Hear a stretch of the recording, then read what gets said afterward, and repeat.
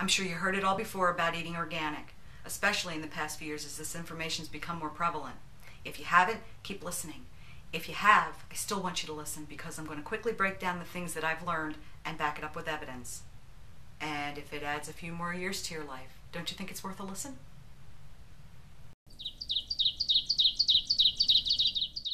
Hey, why the long face? I'm nutritionally invalid. Don't say that. Oh, but I am. I grew up with pesticides. You can wash them off of me, but they're still inside of me. Bless you. Thanks. You're lucky 'cause you're thick-skinned. Is there anything I can do to help? No, the only thing I'll be good for is a really sweet confection mixed with other things that aren't good. But at least you'll be able to bring smiles to people's faces. Maybe. I hope my siblings get to grow up organic. They can bring honor back to the expression, "An apple a day will keep the doctor away." That's all I ever wanted out of life. We all hope to be organic like the good old days.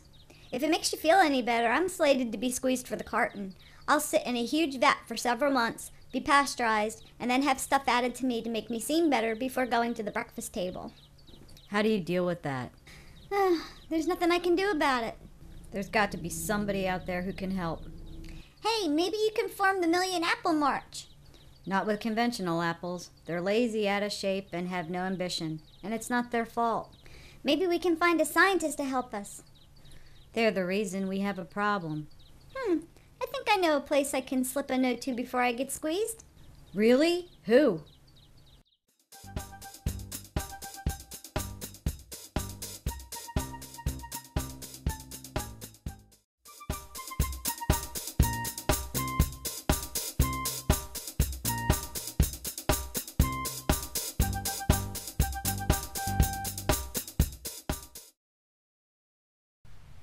There are many reasons why I'm an organic cheerleader. Chicklab's going to cover all kinds of food, from mainstream conventional to culturally exotic, but there'll always be an organic twist. Before I was a cheerleader, I was a skeptic. But when I realized the way I'd been eating my entire life, much like the way my parents ate most of their lives, was making me feel like a senior citizen far too early. And I was also having a problem losing the weight that I'd gained so easily in my lifetime, no matter what I did. Just so you know, consumable items that have labels are processed. And what does that mean? It means that the ingredients in those products are not in their natural state. Consumable items that come in a box, bag, jar, or can are processed. Until recently, that was a bad thing. But because of recent health studies, this phenomenon is getting its act cleaned up. More on that later and in part 2. I've experienced the benefits of at least eating organically. But you could live a 100% organic lifestyle if you're really an enthusiast. Now I know what I'm about to say is going to make a few eyes roll, but I have to say it, and there's no other way to say it. So roll your eyes, but stay with me on this one.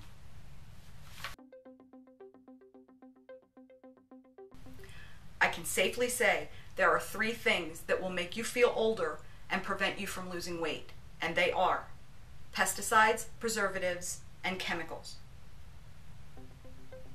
Let's start with pesticides. This collection of consumer goods are all the things that contain pesticides if you don't buy items that are certified organic.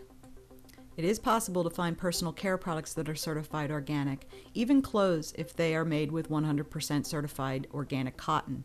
But insect repellent and lawn care products are harder to find without harsh pesticides. And pesticides on clothes can be transferred to other garments in the laundry and should be washed separately. And as you can see, pesticides have subgroups, which we often take for granted, but we're surrounded by them, so they do play a part in the end battling with our metabolism. Now this is a list of what can happen to you if you use or consume said goods. And an apple a day will keep the doctor away as long as it's organic. Organic fruits and vegetables have been proven to have a higher nutrient value than those grown conventionally. More about this in part 2. Now let's talk about preservatives. Nearly everything contains a preservative. That's because many years ago, the preservation of food was a big deal. But this isn't about that. Somewhere humans got it in their heads that food needs to last forever, but it really only needs to last as long as it takes to become a food source that they will ingest for fuel. Ingesting preservatives does not preserve them. Preservatives cause them to slow down until their bodies figure out what to do with these unnatural things. We try to metabolize things such as sodium benzoate and potassium chloride. Sodium benzoate is a preservative much used in soda. It has been found that when sodas containing benzoate salts are left in direct sunlight or heat, benzene levels increase.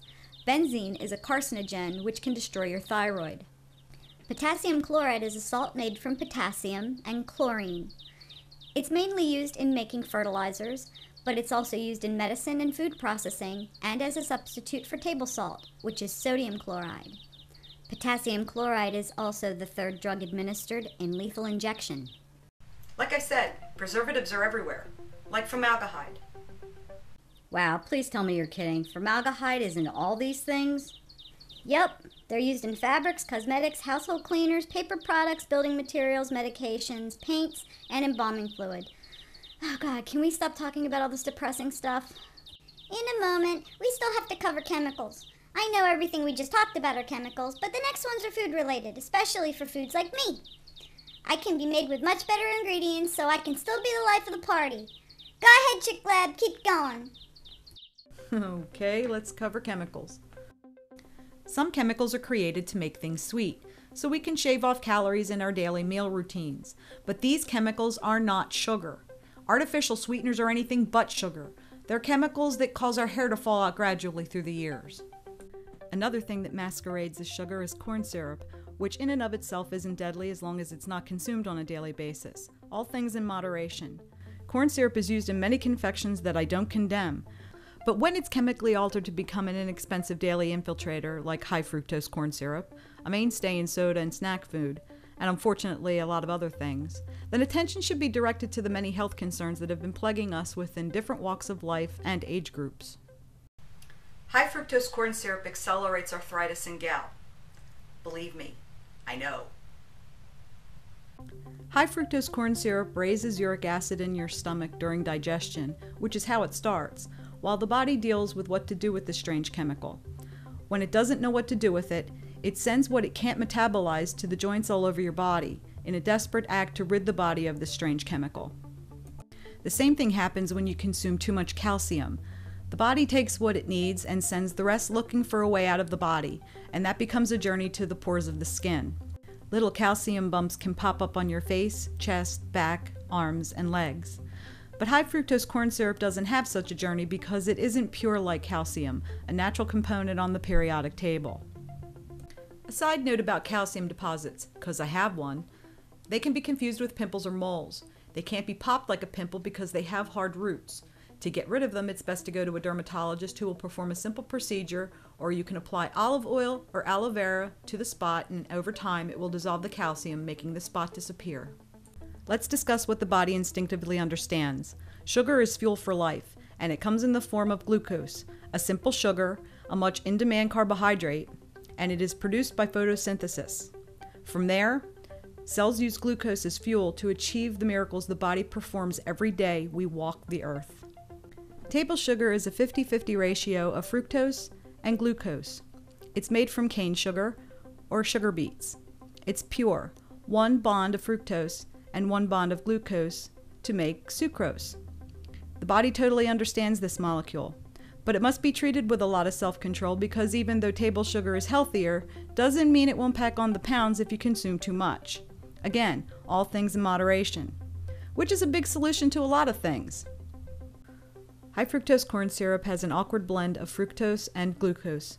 A blend of 55% fructose and 42% glucose is used for soda. A blend of 42% fructose and 53% glucose is used for other things. A blend of 90% fructose and 10% glucose is used to blend with the first two variations. High fructose corn syrup has been associated with many metabolic diseases, including juvenile diabetes. Everything I just mentioned I eliminated from my diet or at least cut it down to a very low minimum, and these were my results. My hair got thicker, especially my eyebrows. I regained the ability to lose weight again. I eliminated all symptoms of arthritis and gout. First of all, I'm way too young to have gout, let alone arthritis. I increased my energy level and now I feel better than my current age. And I've stopped chronic migraines from happening. Isn't it obvious that not consuming pesticides, preservatives, and chemicals is a good thing?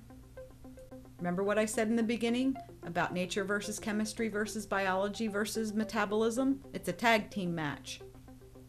Nature provides, chemistry builds, biology grows and evolves, and metabolism is the engine that keeps it all going.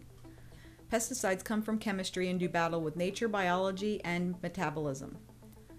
Preservatives come from nature and chemistry and do battle with biology and metabolism. Chemicals come from chemistry and they do battle with all of the above, but the one helpless victim in the whole thing is our metabolism. Nature, chemistry, and biology can all fight back, but metabolism needs our help. Stay tuned for part 2 of Why Organic, where we'll cover what it means to go organic and how we can help our metabolisms run the way they should. Thanks for watching.